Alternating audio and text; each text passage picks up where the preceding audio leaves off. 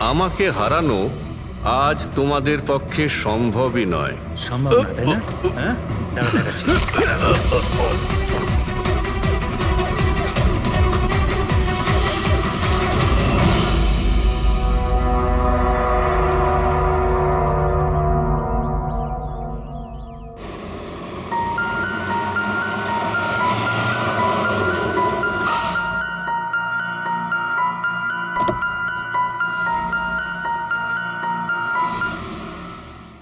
চলো বাচ্চারা,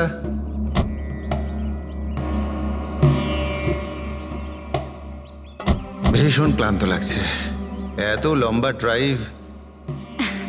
হেমন্ত, তুমি তো জানো আমরা ভ্যাকেশনে এসেছি, তাহলে কিছুদিন তুমি বিশ্রাম করে নিও। ওকে ওকে বাবা, ঠিক আছে, দরজা তো খোলো, আমি লাগেজগুলো নিয়ে আসছি। হ্যাঁ। এসো।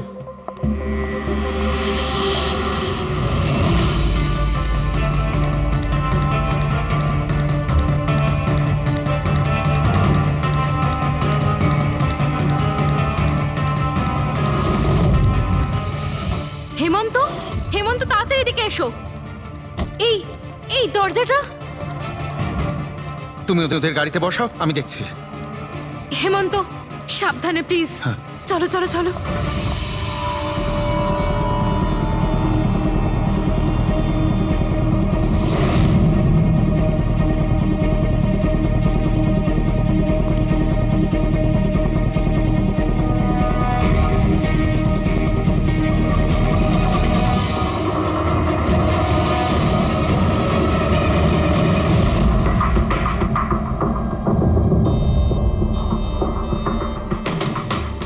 তিন চারবার আঘাত করেছে ছুরি দিয়ে।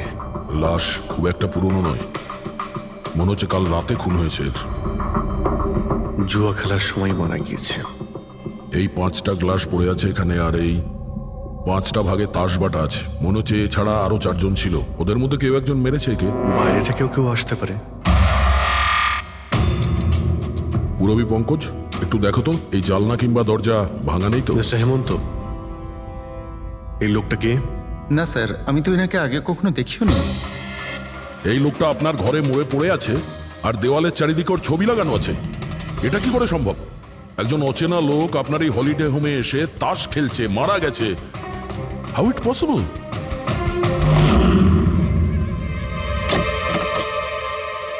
আচ্ছা, এখানে কোনো গার্ড নেই? ছিল স্যার, বহু বছর একজন গার্ড ছিল, কিন্তু ওই মাস চারেক আগে তার মৃত্যু হয়, ব্যাস তারপর থেকে আর কেউ নেই। আমি ভেবেছিলাম যে এবার একজন নতুন গার্ড রাখবো। আমায় বিশ্বাস করুন, আমি একদম সত্যি বলছি, আমি এই ভদ্রলোককে চিনিও না। উনি এখানে কি করছিলেন, ওনার ছবি এখানে কেন টাঙানো, আমি কিচ্ছু বুঝতে পারছি না।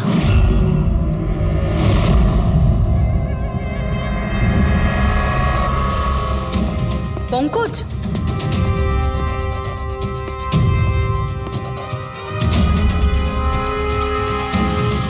স্যার স্যার জোর করে তো কেউ ভেতরে ঢোকেনি। হ্যাঁ, পিছনের দরজায় তালা নেই কোনো, আর তার ছিটকানিটা বাইরে থেকে খোলা যায়। ওখান থেকে এসছে ওরা। আর স্যার, এই লিভিং রুমের যে জানলাটা আছে, এর বাইরে একটা কাটার ঝোপ আছে। ঝোপের মধ্যে এইটা পেলাম স্যার, কাপড়ের টুকরো। মনে হচ্ছে কেউ এর উপরে নজর রাখছিল ওখান থেকে, আর তাড়াহুড়ো করে দৌড়ুতে গিয়ে তখন এই কাপড়ের টুকরোটা ওইখানে আটকে যায়। মৃত ব্যক্তি ছাড়া এখানে আরো 4 জন ছিল, আর একজন লোক বাইরে, সব মিলিয়ে 5 জন। তাহলে এই ক্রাইমের অন্তত 5 জন সাক্ষী আছে। যদি এই 5 জনের মধ্যে একজনকেও ধরতে পারা যায়, তাহলে জানা যাবে কাল রাতে এখানে কি হয়েছিল। 3 জন লোক আছে যারা এই খুনটা সম্বন্ধে জানে, এবং তারা যে খুন হয়েছে তার ছবি দেখে চিনতে পেরেছেন। কখন আসছে ওরা? একটা সময়। 5 জনের মধ্যে 3 জন প্রথমবারই পাওয়া গেল, নট ব্যাড। আর স্যার, ওনারা নিউজ দেখে নিজেরাই আমাদের সঙ্গে দেখা করতে এসেছিলেন। অসাধারণ ব্যাপার। সমাজে যদি বাজে লোক থাকে, ভালো লোকও অনেক আছে স্যার। কিন্তু ওরা কাল রাতে রিপোর্ট লেখালো না কেন? স্যার স্যার এরা ওই 3 জন, প্রীতম, রণবীর, বিক্রম। প্রীতম, রণবীর আর বিক্রম। তোমরা সবাই জানো ওই খুনটার ব্যাপারে? Yes sir. 3 জনের আলাদা করে স্টেটমেন্ট নাও। স্যার, যখন সিডের খুন হয়েছিল তখন আমি ওখানেই ছিলাম। সিড? ওর নাম সিড ছিল? হ্যাঁ স্যার। স্যার, আমি ওদের চিনতামও না। কালকে প্রথমবার ওদের সাথে দেখা হয়েছে আর কালকেই খুন হয়ে গেল। এক মিনিট সব কিছু ঠিক মতন বলবে। স্যার আসলে ওই যে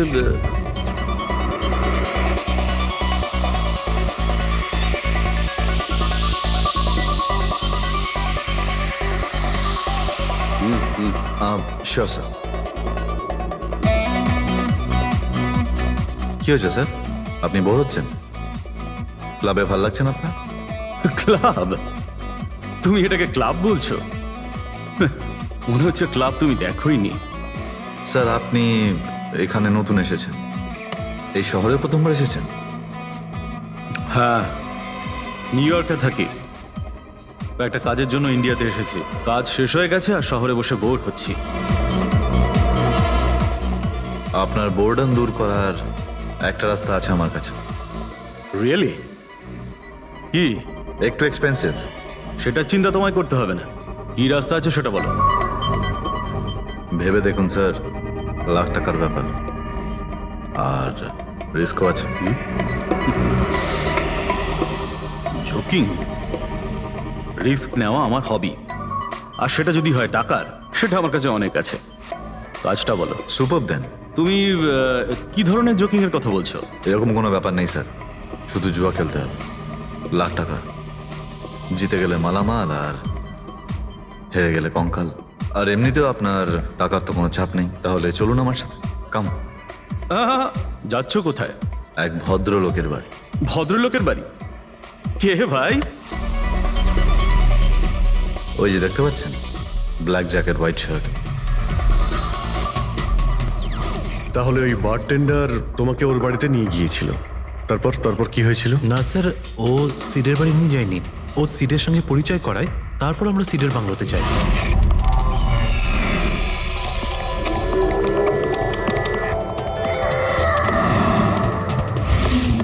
আর যখন আমরা ওখানে পৌঁছলাম তখন আগে থেকেই দুজন ওখানে ছিল।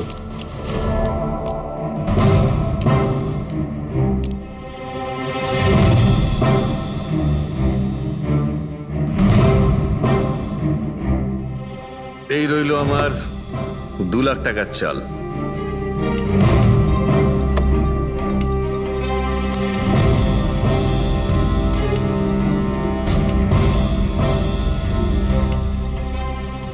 শো দেখা,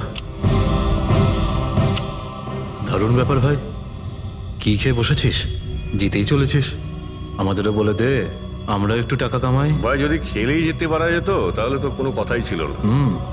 এগুলো সব কপালের ব্যাপার, আর আজ আমার কপাল ভীষণ ভালো। সেটাই মনে হচ্ছে। তাহলে আরেকটা ডিল হয়ে যাক। হয়ে যাক। এটা কি করে হতে পারে? বললাম না আমার কপাল খুব ভালো। তোর লাক আজকে ভালো না অন্য কিছু? মানে এটাই যে তুই তাসের মধ্যে সেটিং করে রেখেছিস। এ নিশ্চয়ই তাসের মধ্যে কিছু গোলমাল করে রেখেছে। ভাই, এর বাড়ি হয়তো কোনো ক্যামেরাও লাগিয়ে রেখেছে, নাকি তাসে গন্ডগোল করে রেখেছে। ভেবে দেখার ব্যাপার।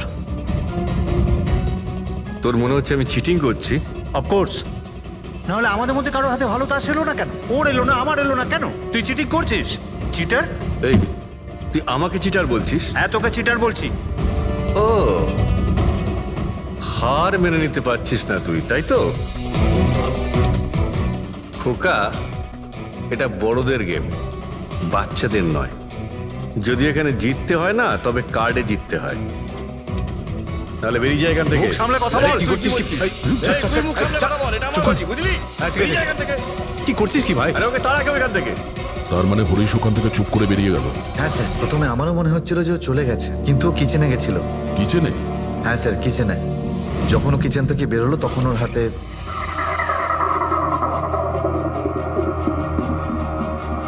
তুই আবার এসিস এখানে?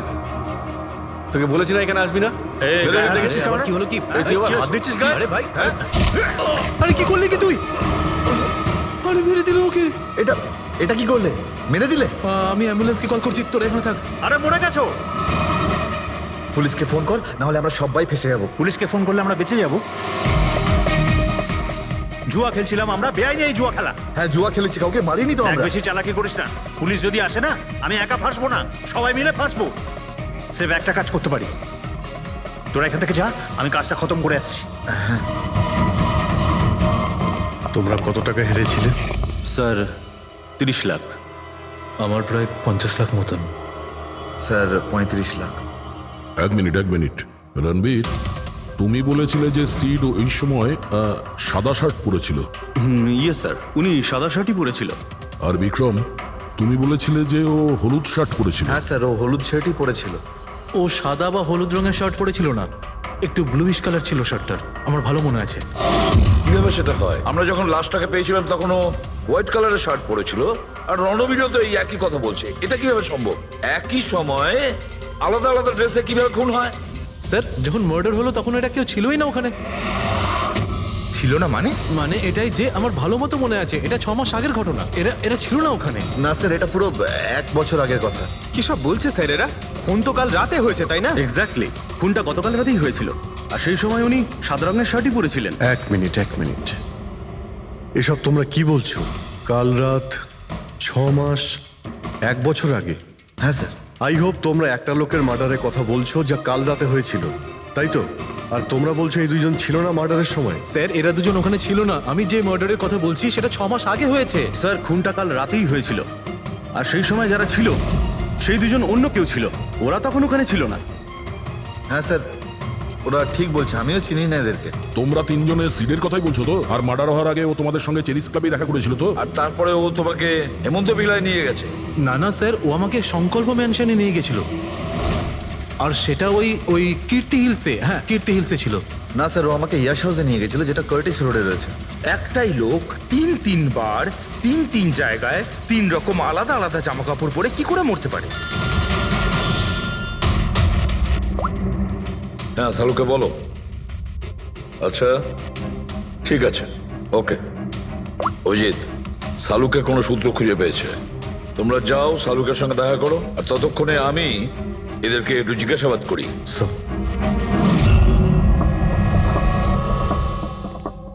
হ্যাঁ, এসো ভাই, এসো। দেখো আমি কি পেয়েছি।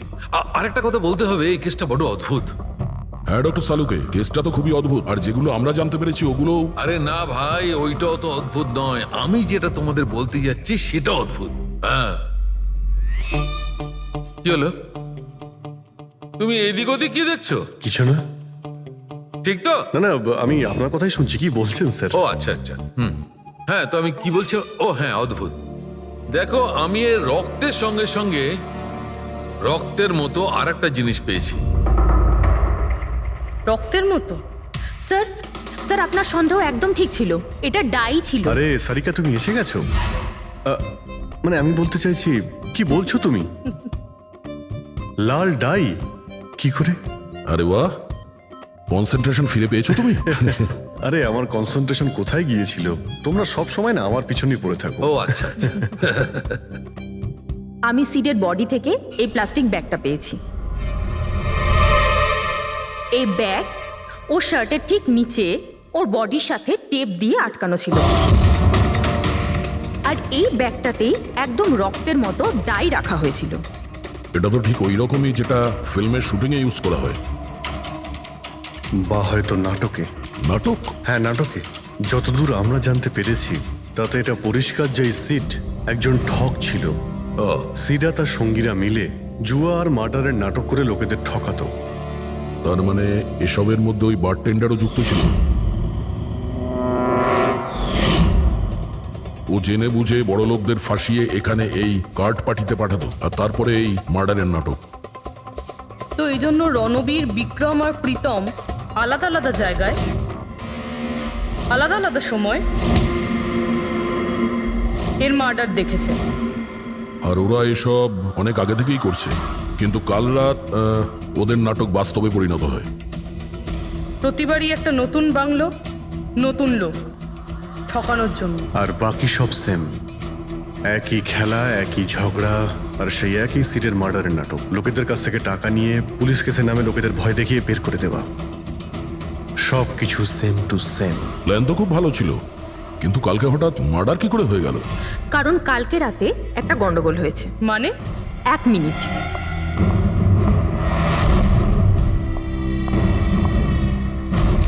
স্যার, আর এই হচ্ছে ছুরি। এই ছুরিটাও সেই রকমই নকল যেমনই রক্তটা। যদি এটাকে কারোর শরীরে মারা যায় তখন এটা শরীরের ভেতরে যায় না, এটা ছুরির ভেতরেই চলে যায়। এই দেখো। কিন্তু ডক্টর, এটা যদি নকল চাকু হয় তাহলে এই নকল চাকু দিয়ে সিড মারা গেল কি করে? কালকে রাতে একটা ভুল হয়েছিল। এখানে একটা পেঁচ আছে, এই দেখো। যদি এই পেঁচটাকে ঘুরিয়ে দেওয়া যায় তখন এই ফলাটা আটকে যায়, ভেতরে ঢুকতে পারে না। তারপর এই ছুরিটা দিয়ে কেউ যদি আঘাত করে শরীরের ভেতরে ঢুকে যায়। কেউ ইচ্ছে করে এই ছুরিটাকে এরকম বানিয়েছে যাতে সিড মরে যায়। এরকম তো সেই লোকটাই করতে পারে যে এই খেলার ব্যাপারে সব কিছু জানতো। এটা বোধহয় সে যে লিভিং রুমের ব্যালকনিতে ছিল, যার কাপড়ের টুকরো আমরা পেয়েছিলাম। আর দ্বিতীয়ত, আমাদের খুনির কাছে সে পৌঁছবে যে বাকি লোকেদের কার্ড পার্টি পর্যন্ত পৌঁছেছে। ওই bartender Dinesh. Excuse me? I am sorry sir, এখনো ক্লাব ওপেন হতে বেশ কিছুটা সময় বাকি আছে। Sorry sir. আমরা একটা কেসের ব্যাপারে এখানে এসেছি। আমরা সিআইডি থেকে। সিআইডি? হ্যাঁ বলুন স্যার, আমি কি করতে পারি আপনার জন্য? স্টাফেদের সঙ্গে কিছু কথা আছে। স্টাফেরা এখানে আছে? এখন সবাই তো এখানে নেই, কিছু লোক আছে যারা লকার রুমে ইউনিফর্ম চেঞ্জ করছে। আপনাদের একজন বারটেন্ডার দিনেশ, সে কোথায়? ম্যাম, কাল থেকে ও কাজে আসেনি, জানি না না বলে কোথায় গেছে। আচ্ছা স্যার, ব্যাপারটা কি? ও কিছু ঘটিয়েছে নাকি? করেছে কি করেনি সেটা পরে আপনি জানতে পারবেন। আপাতত আপনি ওর অ্যাড্রেস দিন আমাদের। স্যার, ও এখানে যে অ্যাড্রেস দিয়েছিল সেটা ভুল অ্যাড্রেস। অ্যাকচুয়ালি ও যখন উধাও হয়ে গিয়েছিল এখানে অ্যাড্রেস বুক থেকে ওর সব ডিটেলস বার করেছিলাম আমি, কিন্তু তারপর দেখলাম যে অ্যাড্রেসটা ভুল। আপনি চাইলে আমি আপনাকে অ্যাড্রেসটা দিতে পারি, কিন্তু আমার মনে হয় না আপনি ওকে ওখানে খুঁজে পাবেন। আপনি যখন কাউকে কাজে রাখেন তখন তাদের ডিটেলস নিয়ে রাখেন না? আপনি কি জানেন আপনার এই বারকে সামনে রেখে ও লোককে ঠকাতো? হোয়াট? আর আমরা এখন ওকে একটা খুনের ব্যাপারে খুঁজছি। Murder? I am sorry ma'am, আমি সত্যি জানতাম না। সেই জন্যই আগে থেকে ভালো করে খোঁজ নিতে হয়। রুলসগুলো আপনার ভালো করে ফলো করা উচিত ছিল। আগে থেকে এগুলো করলে আজকে এরকম প্রবলেম হতো না। I am sorry sir. আচ্ছা, এই দিনের সম্পর্কে আর কি বলতে পারো? কিছু জানো ওর সম্পর্কে? না স্যার, তেমন বিশেষ কিছু নয়, কারণ ও খুব কম কথা বলতো, বেশিরভাগ চুপ করেই থাকতো। সেই জন্য ওর বন্ধু কম ছিল, শুধু এক মেয়ে ছাড়া, মানসী। ও এখানে ওয়েট্রেসের কাজ করে। ওদের মধ্যে ভালো ভাব ছিল, যদিও ওরা দুজনে কোনোদিন এটা প্রকাশ করেনি, কিন্তু আমার মনে হয় যে ওদের মধ্যে প্রেমের সম্পর্ক ছিল। তো আপনি মানসীকে জিজ্ঞেস করেননি কি ছিল ওদের মধ্যে? জিজ্ঞেস করেছিলাম ওকে, কিন্তু ও নিজেও জানে না। কোনো ব্যাপার না, মানুষকে একবার ডাকুন তো। ঠিক আছে স্যার। স্যার, মানসী।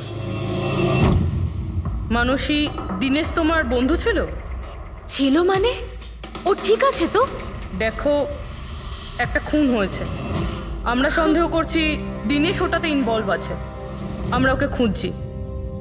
তুমি জানো কোথায় আছে ও?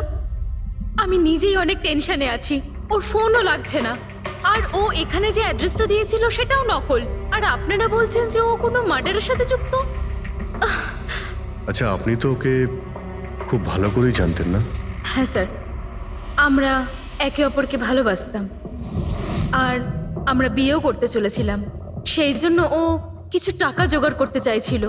আচ্ছা, ও এই টাকাটা ক্লাবের চাকরি থেকে জমাচ্ছিল নাকি অন্য কোনো সাইড বিজনেস ছিল ওর? চাকরি ছাড়া ও শেয়ার বিজনেসে ও টাকা লাগিয়েছিল। আর আমাকে বলতো যে ও অনেক টাকা রোজগার করছে, আমাকে দামি দামি গিফট দিত আর দামি দামি রেস্টুরেন্টও নিয়ে যেত। তো ও তোমায় ওর ঠকানোর বিজনেসের ব্যাপারে কিছুই বলেনি? ওর কোনো ছবি আছে তোমার কাছে? হ্যাঁ আছে।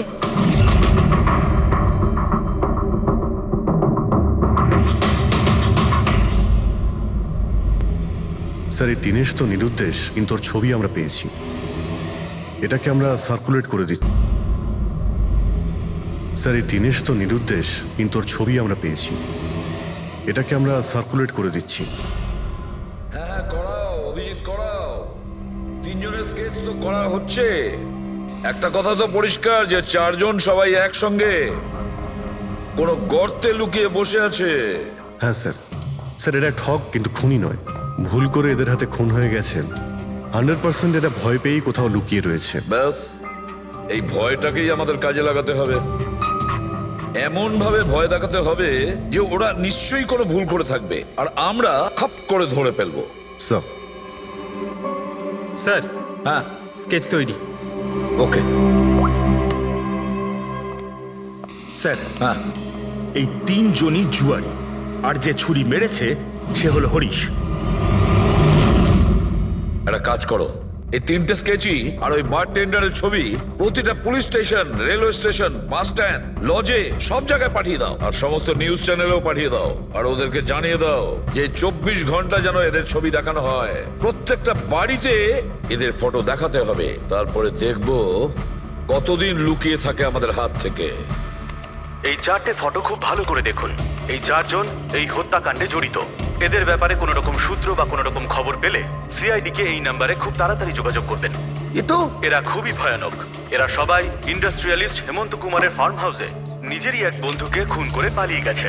পুলিশরা অনেকক্ষণ ইনভেস্টিগেশন করার পরেও সেখান থেকে কোনো কিছুই খুঁজে পাওয়া যায়নি। সিআইডি এদের সবাইকে খুঁজছে। এই হলো এদের ফটো।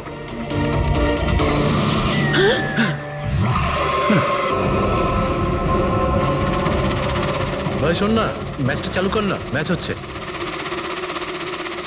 এরা সবাই ইন্ডাস্ট্রিয়ালিস্ট হেমন্ত কুমারের ফার্ম হাউসে নিজেরই এক বন্ধুকে খুন করে পালিয়ে গেছে। সিআইডি এদের সবাইকে খুঁজছে। এই হলো এদের ফটো। দেখলি তুই, এরা তো সবকিছু জেনে ফেলেছে। ভাই ছবি টবি সব দেখাচ্ছে, সমস্ত ডিটেলস দেখাচ্ছে। বাজেভাবে ফেসে যাবো ভাই এসবে। হাসবো তো বটেই। আমি তোদের আগেই বলেছিলাম যে চল পালিয়ে যাই, কিন্তু তোরা তো শুনলেই না। এবার এবার পুলিশ আসবে, সব জায়গায় খোঁজ করবে, আর তখন আরে এখনো অনেক সময় আছে। চল পালাই। এই ব্যাগ তোলা, সবাই মিলে পালাই। চল।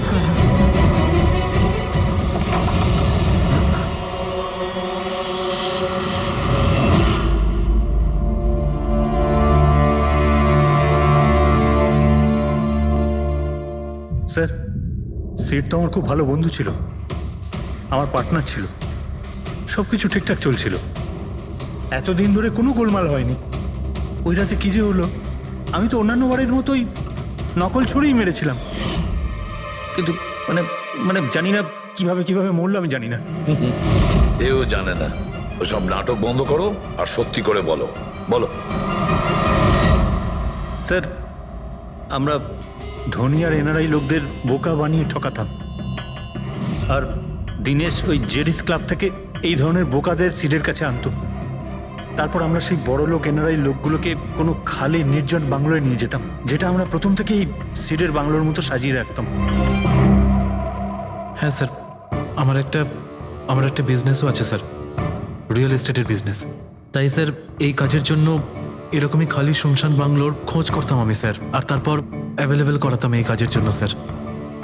স্যার প্রথমে আমরা মুরগিকে জিততে দিই, আর তারপর যখন সে ভরসা পেয়ে যায় তখন সিট জেতা শুরু করে দেয়। এই সব কিছুর প্ল্যান থাকতো স্যার, সিট জিততেই থাকতো, আর ওরা আমার মধ্যে ঝগড়া শুরু হতো, আর আমি রেগে গিয়ে ওকে খুন করে দিতাম, মানে মিথ্যে করেই। এসব দেখে ধনী এনআরআই লোক ঘাবড়ে যেত আর ওদের টাকা পয়সা ফেলে পালিয়ে যেত। ওঠে পর, নাটক শেষ, চলে গেছে ও।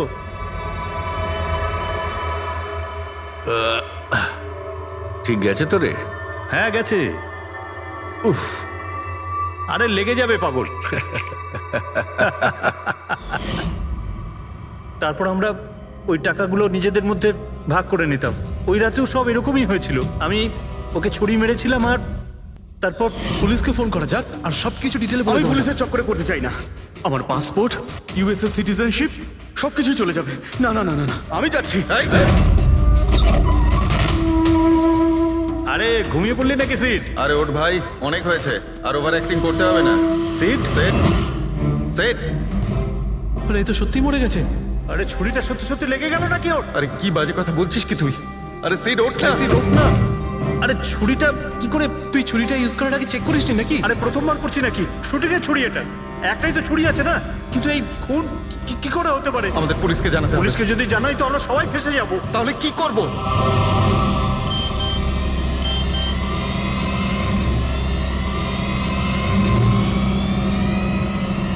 তোর খেলাটা ভেস্তে গেছে ভাই। কি এই এই এটা দেখ, এই দেখ ফটো আছে।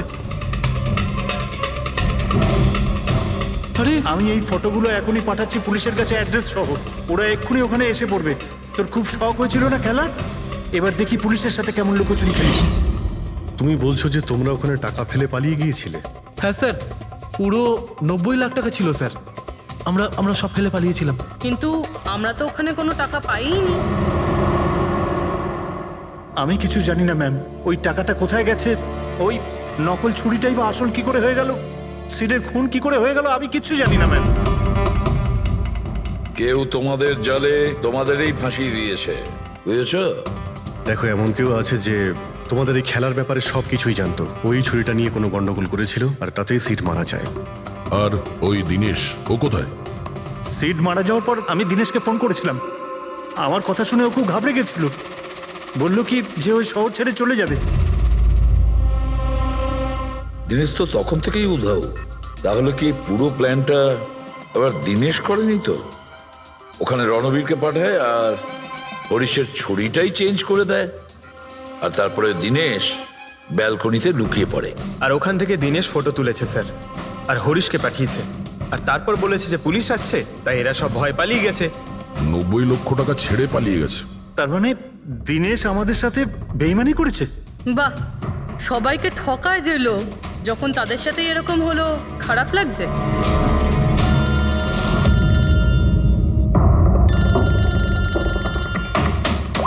হ্যাঁ বলো সালুকে। ফ্যান্টাস্টিক, ঠিক আছে। সালুকে বললো যে প্রমাণ পাওয়া গেছে, যে জিনিস দুটো আমরা দিনেশের কথায় আমরা পাঠিয়েছি, ওর ইউনিফর্ম আর জিমব্যাগ। হ্যাঁ দা, যে কাপড়ের টুকরো আমরা ব্যালকনি থেকে পাই, ওই টুকরোর সঙ্গে এই দিনেশের ইউনিফর্মের কাপড় ম্যাচ করছে। স্যার, তার মানে খুনি দিনেশ?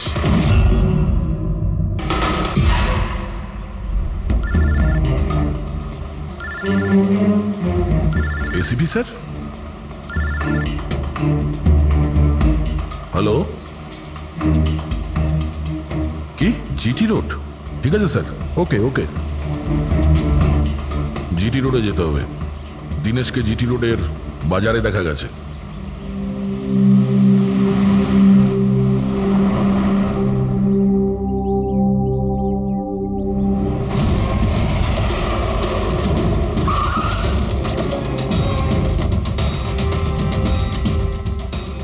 ভাই, এই লোকটাকে দেখেছো এখানে?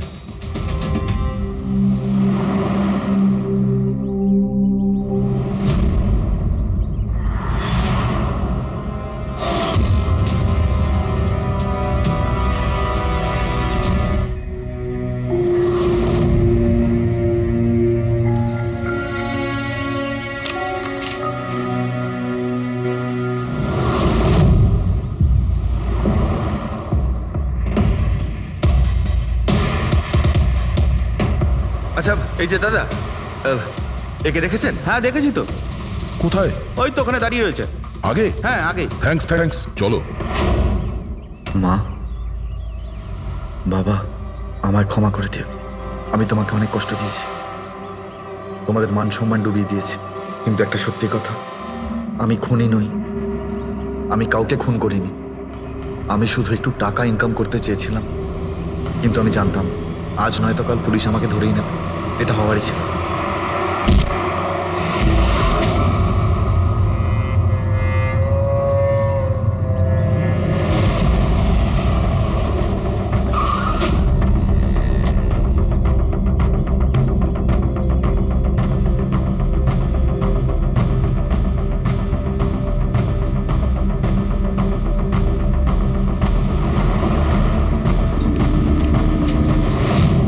ক্ষমা করে দাও।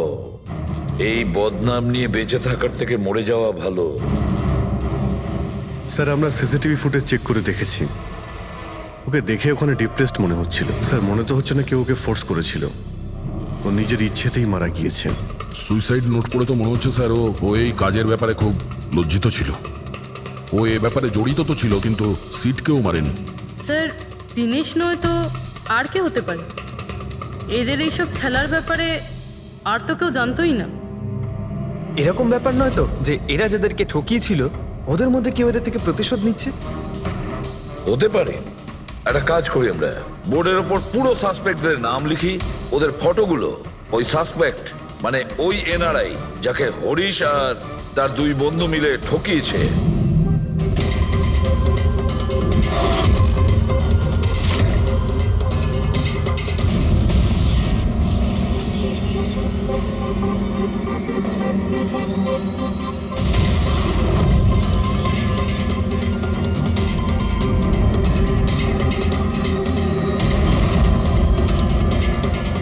স্যার এই হলো সেই সমস্ত লোকগুলো যারা এই কেসের সঙ্গে জড়িত। অভিজিৎ, খোঁজ নিতে হবে খুনের সময় এরা কোথায় ছিল। পুরো ইনফরমেশনটা আমরা এয়ারপোর্ট ইমিগ্রেশন থেকে পেয়ে যাব। স্যার, এই ফটোগ্রাফে যে 8জন লোক আছে সেই সময় তারা ইন্ডিয়াতে ছিলই না। ইনফ্যাক্ট বেশিরভাগ লোকই এই ঘটনার পরে ইন্ডিয়াতে ফেরেইনি। শুধু এই 4 জন ছাড়া এই 3 জন সাক্ষী, বিক্রম, রণবীর, প্রীতম আর মিস্টার রানা। স্যার এক্ষুনি আমি মিস্টার রানার বাড়িতে ফোন করেছিলাম, ওনার ওয়াইফ ধরেছিলেন। বললেন যে 3 বছর আগে উনি মারা গেছেন, আর 3 বছর আগে এরা ওনাকে ঠকিয়েছিল। উনি এই গিল্ট ফেলেই ভুগতেন যে ওনার সামনে কেউ খুন হয়ে গেছিল আর উনি কিচ্ছু করতে পারেননি, যার জন্য উনি নেশার কবলে পড়েন। আর তাহলে বাকি থাকলো 3 জন সাসপেক্ট, প্রীতম, রণবীর আর বিক্রম। প্রীতম আর বিক্রম এরা তো দেশের মধ্যেই ছিল কিন্তু এই শহরে ছিল না। এবার এই রণবীরই শুধু বাকি থাকলো। রণবীর তো নিজেই ওখানে ছিল, ওই ফটোতেও ছবি আছে। হ্যাঁ স্যার, ও একই সাথে ব্যালকনি আর হল তাতে থাকতে পারে না, এটা অন্য কেউই হবে। তাহলে কে হতে পারে এই খুনি? পঙ্কজ, মিস্টার রানা 3 বছর আগে মারা গেছেন, ওনার পুরো ডিটেলসটা আমার চাই। Sir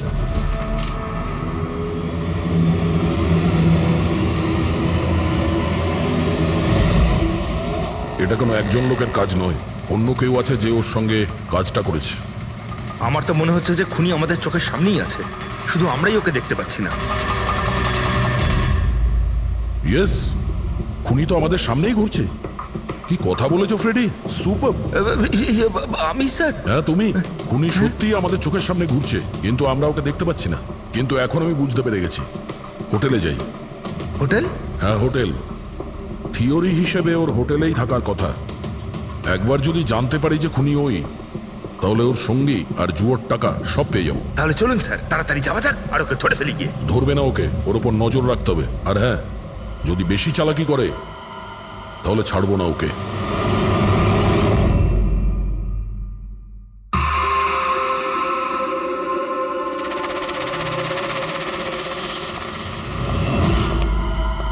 excuse me.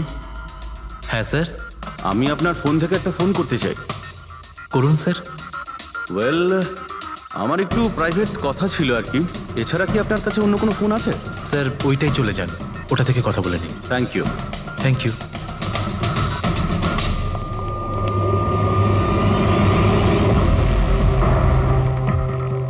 শোনো ভাই। হ্যাঁ স্যার। আমরা সিআইডি থেকে আসছি, আমরা এই লোকটাকে ফলো করছি। এই লোকটা যে কথা বলছে ওটা আমাদের শুনতে হবে যে কি কথা বলছে। স্যার ওই ফোনটা এই ফোনটার সাথে কানেক্টেড। আমার মনে হচ্ছে সিআইডি কিছুই জানতে পারেনি। প্ল্যানটা সাকসেসফুল। আমাদের প্ল্যানটা খারাপ করার শুধু একটাই লোক ছিল, আর সেই ছিল দিনেশ। আরও সেটার উপযুক্ত শাস্তি পেয়ে গেছে। So there is nothing to worry about. You don't worry. আমি যদি কিছু জানতে পারি তোমাকে জানাবো। I love you two.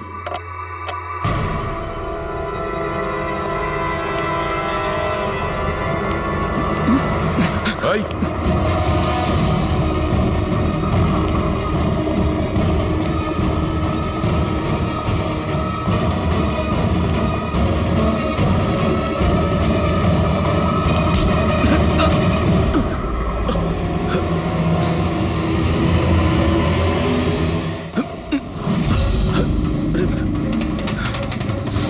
আমি আপনাদেরকে কিচ্ছু বলতে পারবো না। আমি এই ব্যাপারে কিচ্ছু জানি না। তুই কিছু বলিস আর না বলিস, তুই ফোনে যা কথা বলছিলি না ওটা আমরা সবাই শুনে নিয়েছি, বুঝলি? শুধু এটা বল, টাকা কোথায়? হ্যাঁ দেখো, মুখ বন্ধ করে কেন নিজের জীবনের সর্বনাশ ডেকে আনছো? তোমার মঙ্গল এতেই, চুপচাপ যা জানো সব বলে দাও। টাকাটা ওর কাছে রয়েছে।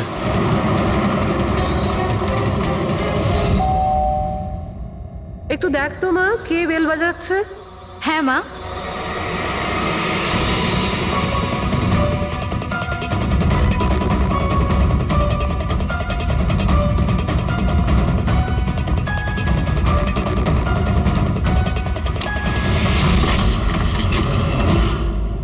হাই, চিনতে পেরেছো?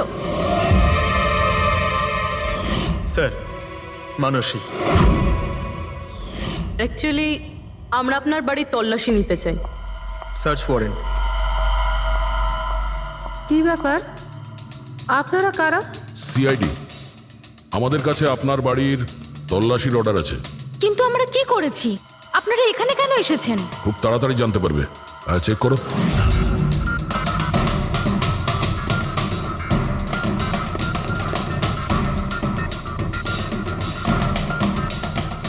দয়া স্যার।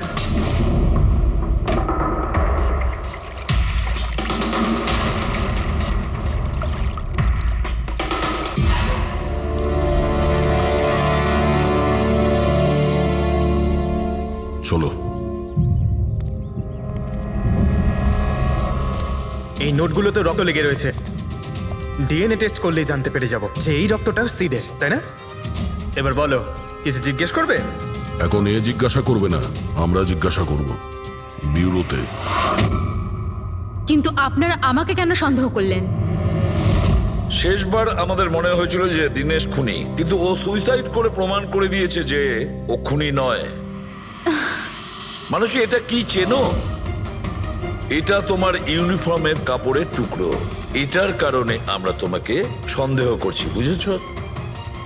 আর তারপর আমরা এইটা খোঁজ লাগালাম যে তুমি এরকম কাজ করলে কেন। আপনি জানতেন যে আমি এসব কেন করেছি? মিস্টার রানা, আপনার বাবা ছিল, রাইট? হ্যাঁ, উনি আমার বাবা ছিলেন। আর ওনার প্রাণ সিট আর ওনার সঙ্গীতের জন্য গেছে। উনি ওই ঘটনাটা কিছুতেই ভুলতে পারেননি। আর উনি একজন ডায়াবেটিসের রোগী ছিলেন। তারপরে উনি প্রচুর ড্রিঙ্ক করতে শুরু করে দিয়েছিলেন। উনি কি জানতেন এগুলো যা হচ্ছে সেগুলো সবই নাটক? না, উনি কিছুই জানতেন না। যদি এটা জানতেন তাহলে নিজের প্রাণ নিতেন না। উনি তো এই সব কিছুকে সত্যি মনে করতেন। ইউএসএ তে ছিলাম আমি, যখন মা আমাকে কল করলো। বাবার অবস্থা খুব খারাপ ছিল।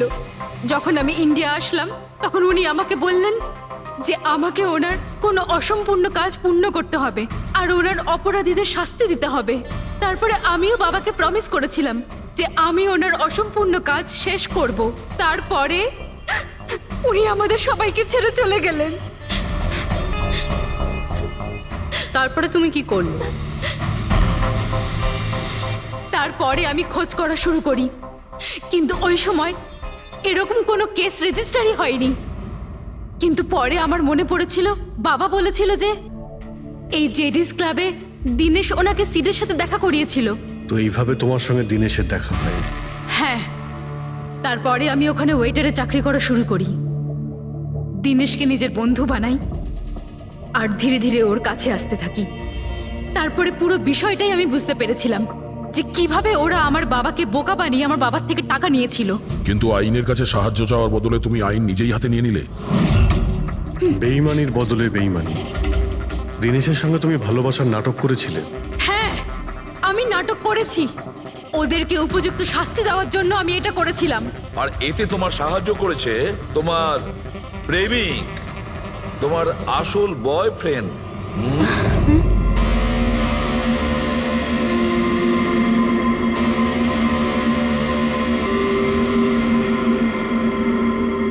হ্যাঁ, আমরা দুজনে মিলে প্ল্যান করেছিলাম। রণবীর ওই রাতে জেনে বুঝে বোকা হয়েছিল। আর ওই ছুরিটাকে খারাপ করেছিল। যদি এই পেঁচটাকে ঘুরিয়ে দেওয়া যায় তখন এই ফলাটা আটকে যায়। ওই ছুরিটাকে আমি খারাপ করেছিলাম আর ব্যালকনি থেকে লুকিয়ে ফটো আমিই নিয়েছিলাম। তারপরে আমি ওই ফটো হরিশকে পাঠিয়েছিলাম আর ওদেরকে ওখান থেকে তাড়িয়ে দিলাম। আর আমি টাকাগুলো নিয়ে ওখান থেকে বেরিয়ে পড়লাম। আমি আমার বাবাকে দেওয়া প্রমিস পূরণ করেছি। ওই টাকাটা আমার বাবার ছিল, আমি ওনার প্রতি ন্যায় করেছি। ভুল। ওই ন্যায় বিচার করা তোমার কাজ নয়, সেটা করবে আদালত। তুমি আইন নিজের হাতে নিয়েছিলে আর একটা খুব মস্ত বড় অপরাধ করেছো। আইন তোমাকে কঠোর থেকে কঠোরতম শাস্তি দেবে, তোমাদের দুজনকে কঠোর শাস্তি দেবে।